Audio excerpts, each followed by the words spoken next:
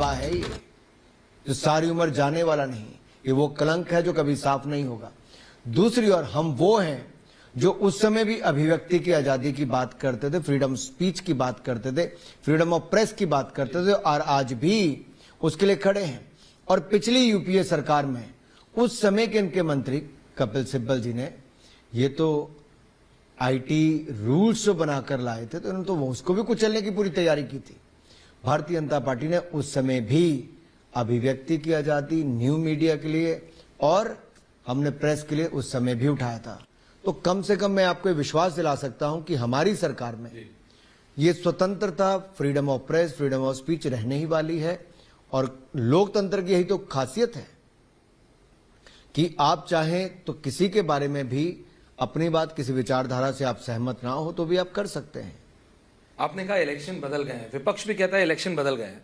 वो कहता है लेकिन इलेक्शन इसलिए बदल गए हैं, वो हर एक इंस्टीट्यूशन के ऊपर, चाहे वो इलेक्शन कमीशन हो, चाहे वो मतलब एजेंसीज हो, एजेंसीज पे आएंगे, लेकिन क्योंकि अभी इलेक्शन की बात हो रही है तो वो इलेक्शन कमीशन के ऊपर भी वो सवाल उठाते हैं। कल मैं देख रहा था पंजाब के राजा वड़िंग, वो कह रहे थे भाई इलेक्शन कमीशन के पास जाने की भी क्या जरूरत है, बीजेपी की डेलीगेशन को बुला लें, भाई सब कुछ उन्हीं का तो है। So what they are trying to say is mister minister that everyone is subservient to you. They are saying that is what has changed in elections, that all of these agencies now work for you, for the BJP I mean. What could be more unfortunate than this, when a party who has been in power for more than 6 decades is leveling these kind of allegations on the constitutional authorities, on these constitutional institutions, which raises a lot of question mark whether they have already accepted the defeat before the election. क्या चुनाव से पहले हार मान ले ही? Again, they have blamed the EVMs when they win the election. But they've started. Then they're very happy with the election results. Then they say it is because of Rahul Gandhi, and if they lose, it is because of EVM. Now people know this. The opposition alliance, which is the Indie alliance, they don't have a leader, they don't have an ideology, and they are not clean as far as all those leaders on one platform is concerned. Most of them are corrupt. It's an alliance of corrupt people came together on one platform. ये ठगबंधन है, भ्रष्ट लोगों को एक मंच पर आकर केवल चोर चोर मुसेरे भाई एक दूसरे के लिए आवाज उठाई। नहीं, it's an alliance of desperation, ये तो मैं आपकी मानता हूं। जब आप कहते हैं, मैं आपको उदाहरण देना चाहता हूं ऐश्वर्या जी इसके ऊपर। क्या अलायंस है आप मुझे बताइए। आपने पंजाब की बात की, आप पूछिए पंजाब के कांग्रेस के अध्यक्ष से।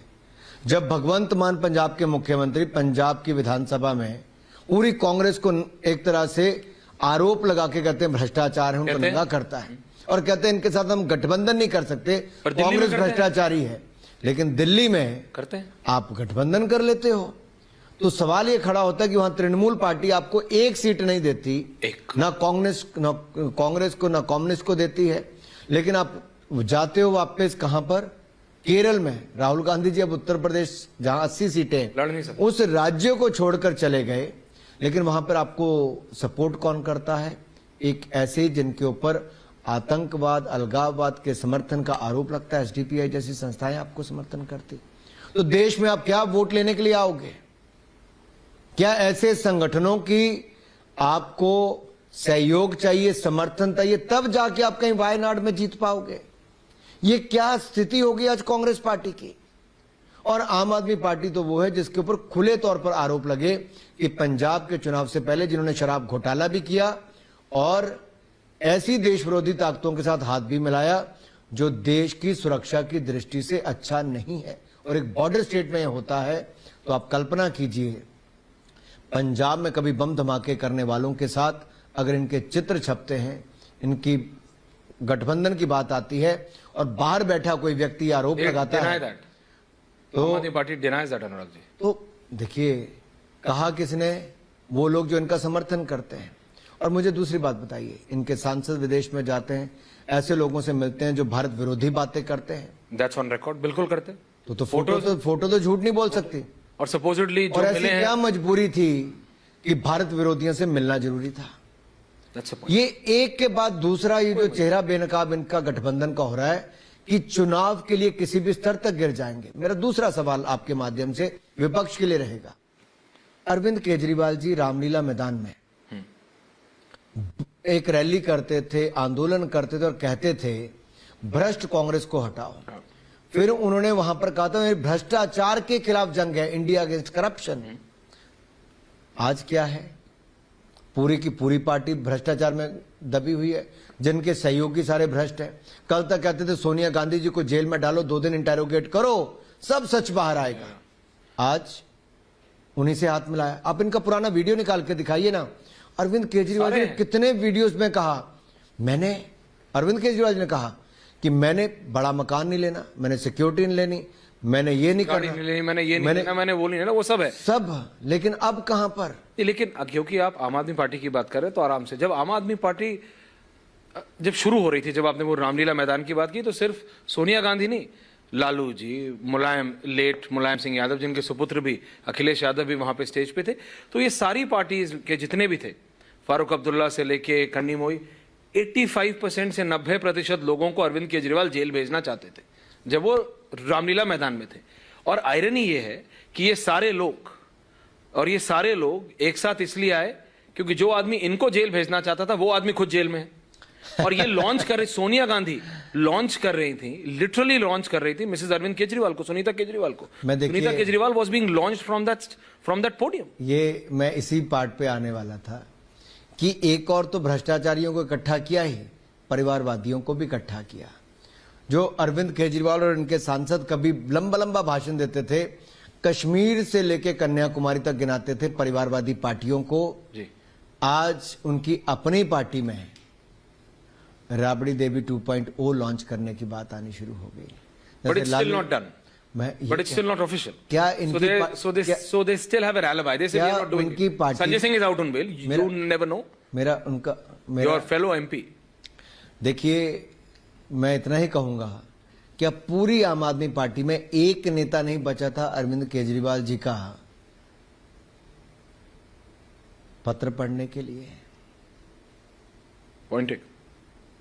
और वो पत्र पढ़ा, वो गारंटियां दी जो सबको चर्चा किए बिना ही अकेले ने कर दी। Mr. Minister, from the Chief Minister's chair in the office. इसलिए मैं कह रहा हूं कि देखिए, लोकतंत्र का मजाक और धज्जियां उड़ाना इन लोगों से सीखिए। लेकिन ऐश्वर्या जी, बड़ा दुर्भाग्य है, बहुत पीड़ा होती है कि जब मैं दिल्ली की जनता को ठगा हुआ महसूस करता हूं। क्या क्या उनको आश्वासन दिए थे, क्या क्या बड़ी बातें की थी। आज दिल्ली की जनता अपने आप को कहां सोचती है? उन्होंने विकास के नाम पर तो ठगा ही कि स्कूल बनाएंगे, अस्पताल बनाएंगे, फलां करेंगे, कुछ नहीं किया। इसको यमुना जी को साफ करेंगे, कुछ नहीं किया। वो तो झूठे ही वादे पड़े। लेकिन जो भ्रष्टाचार मुक्त शासन देने की बात कही थी, आज कहां दबे हुए नजर आते हैं। जहां स्वराज की बात करते थे, आज वहां शराब की बात आती है। ये फर्क है। फ्री पानी से फ्री शराब तक तो पहुंच गए, लेकिन मैं आपका दुख समझता हूं, बीजेपी के दिल्ली यूनिट का तो दुख समझता हूं। नहीं, मेरा नहीं जी, दिल्ली की जनता का दुख है। नहीं, पर अगर दुख होता तो 3 बार बीजेपी की दिल्ली यूनिट लोकसभा में आप प्रधानमंत्री मोदी के नाम पे होता है, पर खच्चे उड़ा देते हैं आप। आम आदमी पार्टी का एक भी सांसद नहीं अभी तक दिल्ली से। लेकिन जब दिल्ली का इलेक्शन होता है तो बीजेपी एक नहीं 3 बार हारी है। देखिए, पंजाब में भी आप थे, अकाली दल से आपका अलायंस टूटा उन्होंने, लेकिन वहां पे उनकी टक्कर कांग्रेस से थी। But you are not able to give them a competition, you are not able to stand up against them. Now you are saying, but now what the Aam Aadmi party leaders may or may not say on record, on camera, off record they do mumble. मतलब Anurag ji, that BJP is aware that Aam Aadmi party एक leader controlled party थी। अरविंद केजरीवाल जो कहते थे वो एक जैसे dictatorship या एक डिक्टेट होता है ना, वैसे चलती है आम आदमी पार्टी। अरविंद केजरीवाल, कोई नेता ऑन रिकॉर्ड ऑन कैमरा बोल सकता है, लेकिन जो अरविंद केजरीवाल डिसाइड करते थे वही होता था। Now they are like a headless chicken, they don't know what to do. वो राइट जा रहे हैं, लेफ्ट जा रहे हैं, क्योंकि अरविंद केजरीवाल नहीं है। और वो कह रहे हैं यही बीजेपी जानती है, इसीलिए बीजेपी ने अरविंद केजरीवाल को अरेस्ट किया। नहीं तो संजय सिंह जो कल बाहर आए, ईडी ने उनकी बेल को अपोज भी नहीं किया। वो कह रहे हैं यही पॉइंट है, और वो इसी को एक प्रेसिडेंट बना के कह रहे हैं देखो ऐसे ही होगा सबके साथ, क्योंकि मेल ट्रेल नहीं है, सिर्फ he said versus she said है, कुछ स्कैम है नहीं। वो अभी भी ये कह रहे हैं कि there is no liquor scam. Anurag ji, देखिए, कभी चोर ने माना है कि उसने चोरी की है? अब मुझे बताइए कौन सा चोर का तो पता नहीं, लेकिन कोई नेता नहीं मानता, चाहे राइट हो चाहे लेफ्ट हो, कोई भी नेता नहीं, कोई भी नेता हो, कोई भी चोर हो, कोई भी भ्रष्ट हो, क्या उसने कहा कभी मैंने किया है? दूसरी बात, अगर ईडी गिरफ्तार करे तो ईडी खराब है, अगर ईडी बेल का विरोध ना करे तो आप चुप कर जाते हो। अरे भाई, हमने पहले भी कहा था स्वतंत्र जांच एजेंसियां हैं जो अपने भ्रष्टाचार पर जांच करती है, कार्रवाई करती हैं। जी। आपको 9 बार समन दिया गया, आप पेश होने नहीं गए। नहीं। लेकिन आप कांग्रेस के जमाने में कहते थे कि कांग्रेस ऐसा क्यों नहीं करती है। आज अरविंद केजरीवाल जी वही करते हैं। मेरा ऐश्वर्या जी सवाल यह है कि चित भी मेरी पट भी मेरी, ऐसा कैसे होगा जी? पर ऐसा आपको लगता है कैसे? जनता सब समझ पा रही है, जनता देख पा रही है?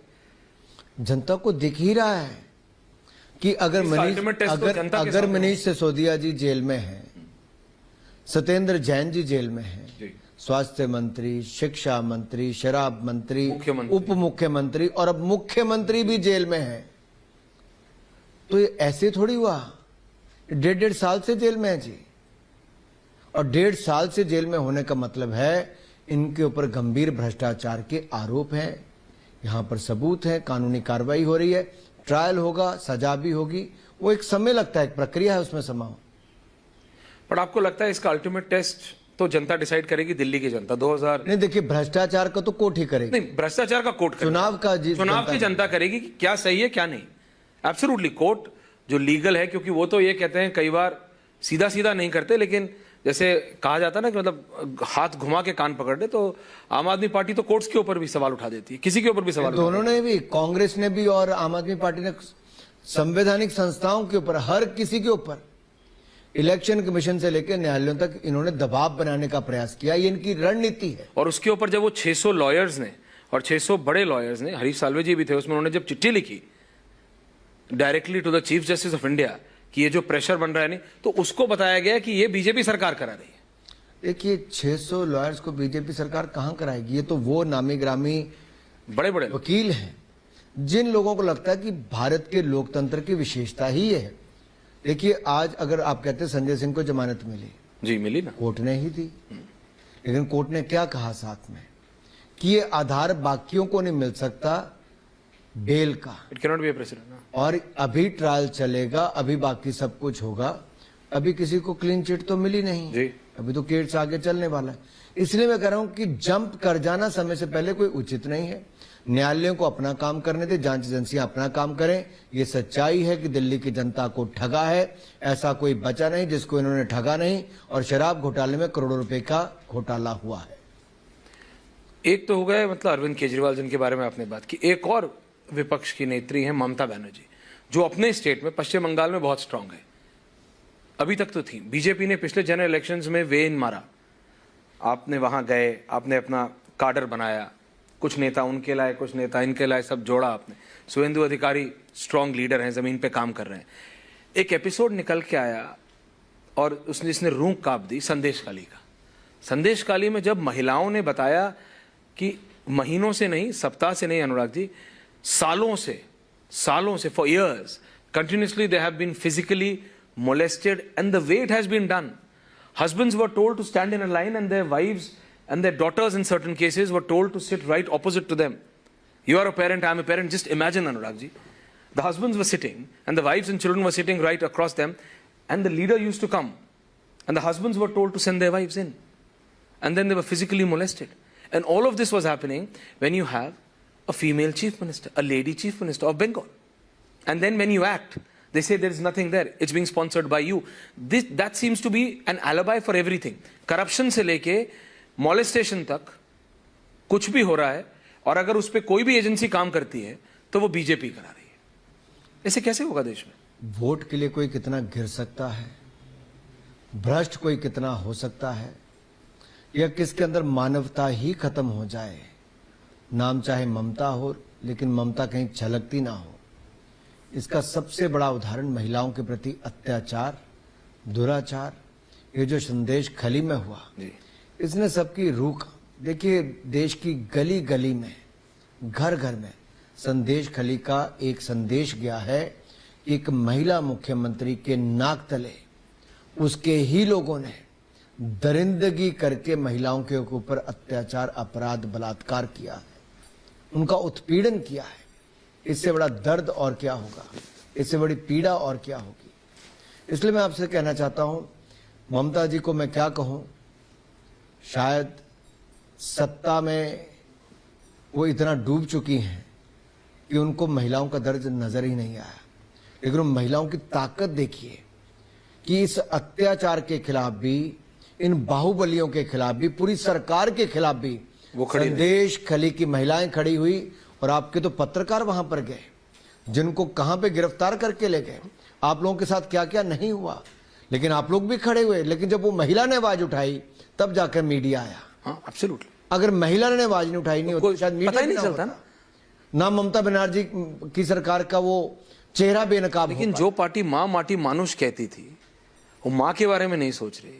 लैंड ग्रैबिंग हो रही है, माटी के बारे में नहीं सोच रही, और मानुष के बारे में तो सोच ही नहीं रही। देखिए, ये तो माँ माटी मानुष ही था ना उनका टैग। बिल्कुल माँ माटी मानुष की जो धज्जियां इन्होंने उड़ाई अपनी सरकार में है, वो साफ दिखता है कि बंगाल के लोग भी अपने आप को ठगा हुआ महसूस करते हैं।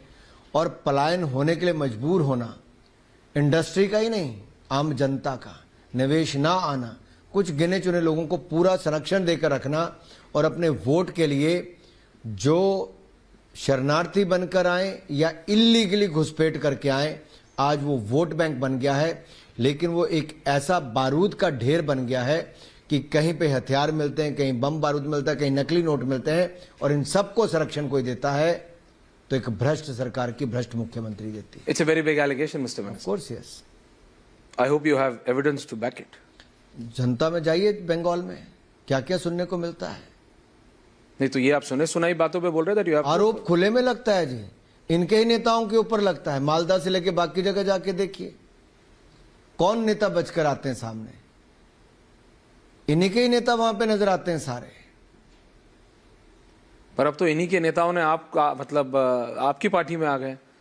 देखिए, जो इनके चेहरे को जान गए हैं, जो इनके इन कारनामों के खिलाफ आवाज उठाते थे और नहीं सुनती थी, तो उनको लगता था अगर देश को आगे बढ़ाना है, बंगाल को बचाना है, तो ये तो करना ही पड़ेगा।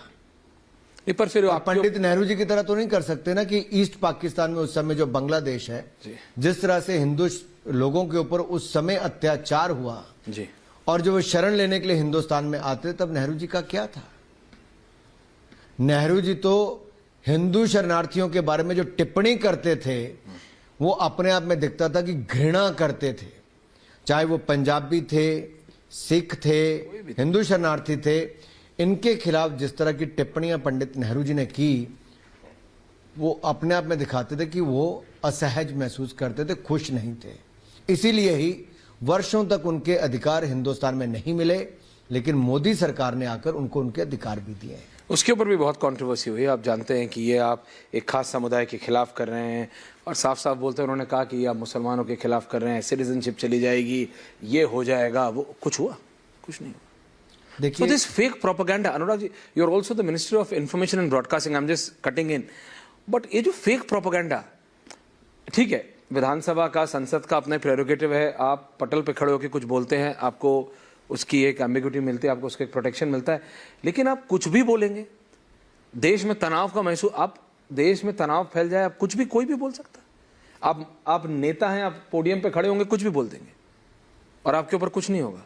आप बताइए ना, किसकी सिटीजनशिप ली गई, किसकी ली गई? सीए? पहली बात तो 2014 में जब मोदी जी भारतीय जनता पार्टी के उम्मीदवार के रूप में आए, तब इन्होंने कहा मोदी आएगा तो मुसलमान खत्म हो जाएगा।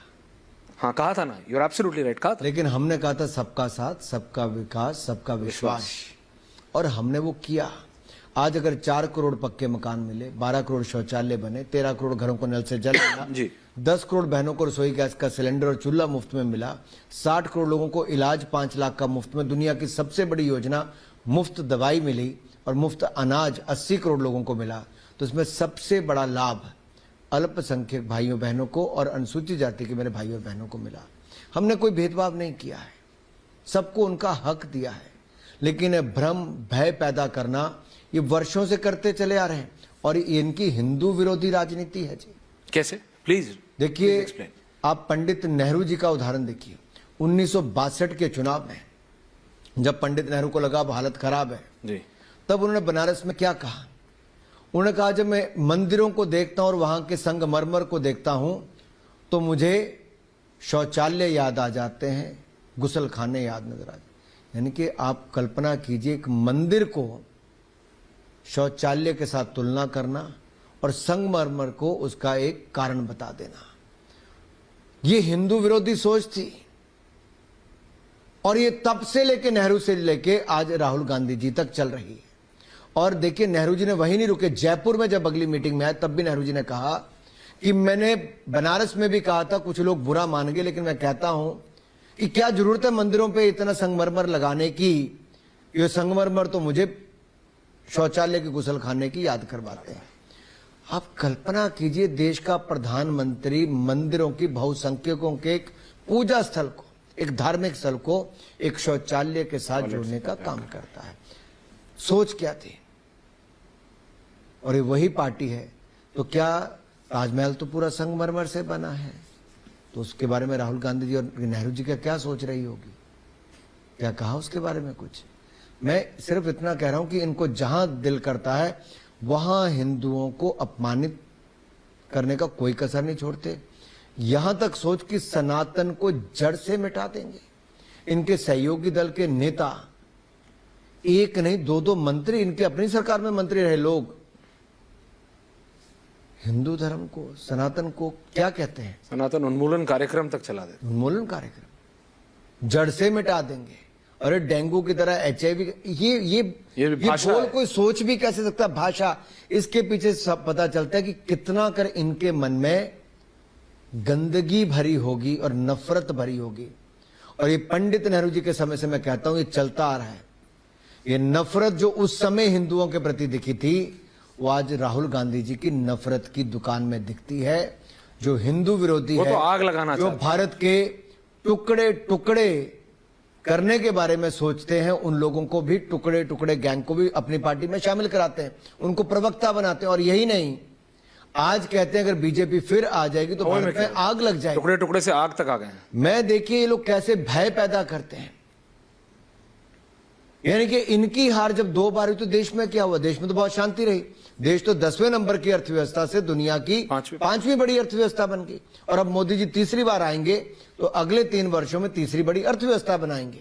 लेकिन ये लोग जी नफरत पैदा कर रहे हैं। हम लोग कहते हैं आइए इकट्ठे मिलकर विकसित भारत बनाएं, अगले 25 सालों में भारत को नई ऊंचाइयों पर लेके जाएं। ये जो 10 सालों में हमने किया है, ये हमने मजबूत भारत की मजबूत नींव रखी है। ये नए भारत की बुलंद तस्वीर जो आज दिखती है, इसकी अभी नींव रखी है। अभी बहुत कुछ करना है। ऐश्वर्या जी, 2014 में 74 एयरपोर्ट थे, आज 150 एयरपोर्ट हैं।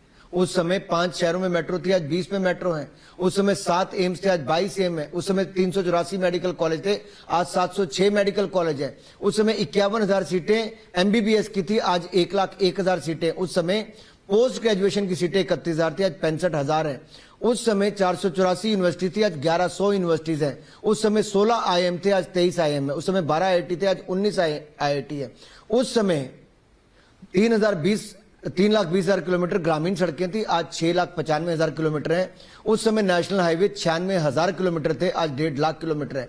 उस समय इलेक्ट्रिफिकेशन ट्रेनों की 20,000 किलोमीटर की थी, आज 40,000 किलोमीटर की है। उस समय जीरो वंदे भारत थी, आज 41 वंदे भारत हैं। उस समय ना चंद्रयान मिशन था, ना कुछ था।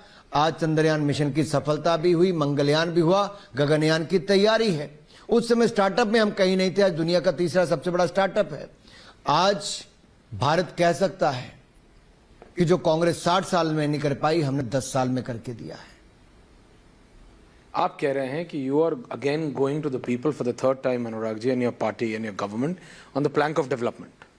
जो आपने अभी बिल्कुल दो बात टक टक टक टक टक टक जो आपने 20-25 पॉइंट गिनाए, ईमानदारी जी, गरीब कल्याण और विकास। ईमानदारी सरकार की और नेता की, गरीबों के कल्याण के कारण 25 करोड़ गरीबों को मल्टी डायमेंशनल पॉवर्टी से बाहर लाए। अतिरिक्त जो हम और विपक्ष तो आपको लेके अनएम्प्लॉयमेंट और गरीबी पे ही तो सबसे ज्यादा वार करता है कि देखो अनएम्प्लॉयमेंट बढ़ा है, गरीबी बढ़ी है, तो मोदी सरकार कहाँ, किसके लिए क्या काम कर रही है। बस इतना ही किया हमने, वो ज्यादा नहीं कर पाए। 10 साल मिले थे, सिर्फ 4 करोड़ घर बनाए, 12 करोड़ शौचालय, 13 करोड़ घरों को नल से दिए। इन्होंने 60 साल में 3 करोड़ घरों को दिया था, हमने बस 13 करोड़ को ही दिया, सिर्फ 4 गुना ही कर पाए। मैंने बाकी आंकड़े आपको बताए कि 60 साल में 74 एयरपोर्ट बने थे, हम 10 साल में केवल 74 ही हम बना पाए। इसीलिए हम 15 साल और कम से कम और चाहते हैं कि हम थोड़ा और विकास करें जो छोड़ गए थे। तो इसीलिए डू यू फील यही कारण है कि जो डेस्परेशन है पावर में बाहर रहने का, कि राहुल गांधी जैसे नेता बोलते हैं कि आग लग जाएगी देश में? ये देखिए, वो लोग हैं जो सत्ता के बिना जी नहीं सकते। जैसे बिन पानी मछली तड़पती है, वैसे कांग्रेस बिन सत्ता तड़पती है। लेकिन आदत डालनी पड़ेगी ना। अगर ये तो जनता डिसाइड करेगी ना कि कौन सही है कौन गलत। देखिए, तो उनके कहने से क्या होता है, जनता है, सब जानती है। जनता ने एक ईमानदार नेता देखा जिसने भारत का मान सम्मान दुनिया में बढ़ाया है। भारत के बढ़ते कदमों को देख के आज दुनिया अपने कदम मिलाना चाहती है भारत के कदमों के साथ। भारत में उम्मीद देखती है, भारत के नेतृत्व में उम्मीद देखती है। लोग मोदी के साथ जुड़कर भारत के साथ जुड़ के आगे बढ़ना चाहते हैं। और इसीलिए अगर इन्होंने 30 साल पहले सेमीकंडक्टर लगा दिया होता तो आज हमें दुनिया पर निर्भर न रहना पड़ता। अगर इन्होंने 30 साल पहले स्टार्टअप्स को बना दिया होता, स्पेस सेक्टर को खोल दिया होता, तो आज आपको गूगल ऐप्स ना देखनी पड़ती, आपकी अपनी होती गूगल मैप भी ना देखना पड़ता, आज हिंदुस्तान में ही होता। इतना ही फर्क है, अगर 30 साल पहले इन्होंने मेक इन इंडिया ले आए होते। जैसे मोबाइल सेकंड लार्जेस्ट इंपोर्टर थे हम 6 साल पहले, आज सेकंड लार्जेस्ट मैन्युफैक्चरर बन गए, उत्पादन करते हैं।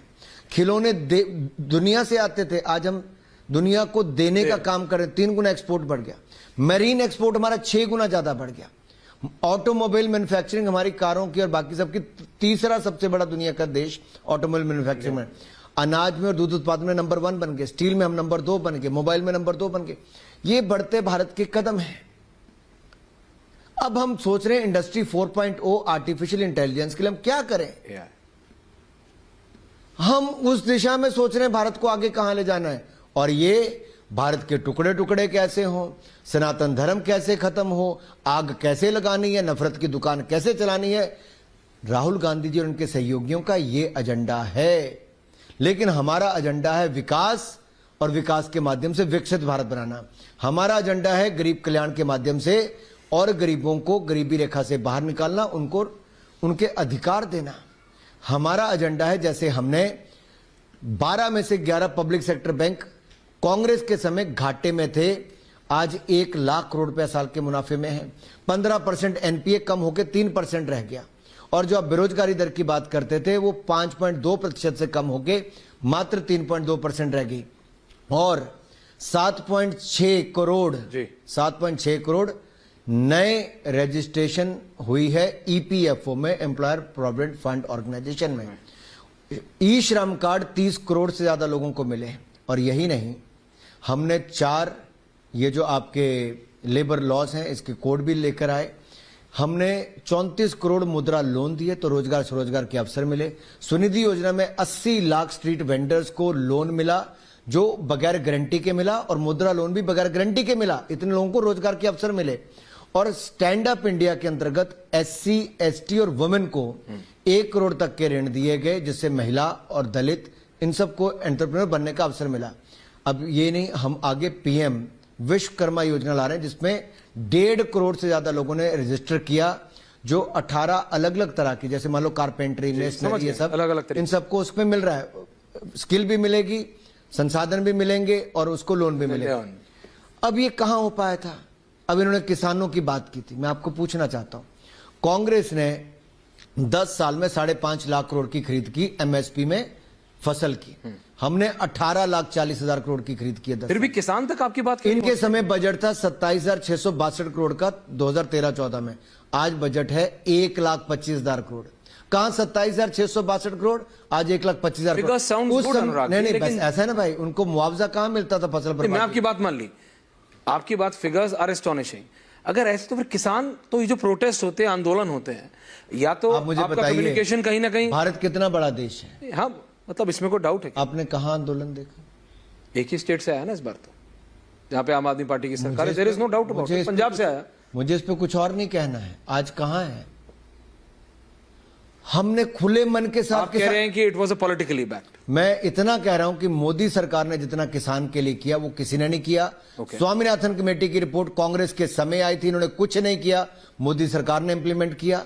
लागत प्लस 50% मुनाफा दिया, 1.5 गुना दाम दिए, खरीद भी की, दुगनी खरीद की और दुगने से ज्यादा पैसा भी दिया। 5.5 लाख करोड़ और 18 लाख करोड़ में जमीन आसमान का अंतर है।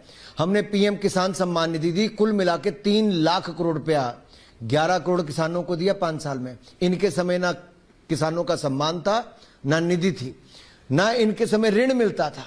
इनके समय लोन मिला 2013-14 में 7,30,000 करोड़ रुपया बैंकों से। हमारे समय मिला 20 लाख करोड़ रुपया पिछले 13 लाख करोड़ ज्यादा, 13 लाख करोड़ ज्यादा, इनके 3 गुना ज्यादा मिला है। इनके समय सिंचाई योजना नहीं थी, हमारे समय 15,511 करोड़ रुपए हमने उसके ऊपर खर्च किया।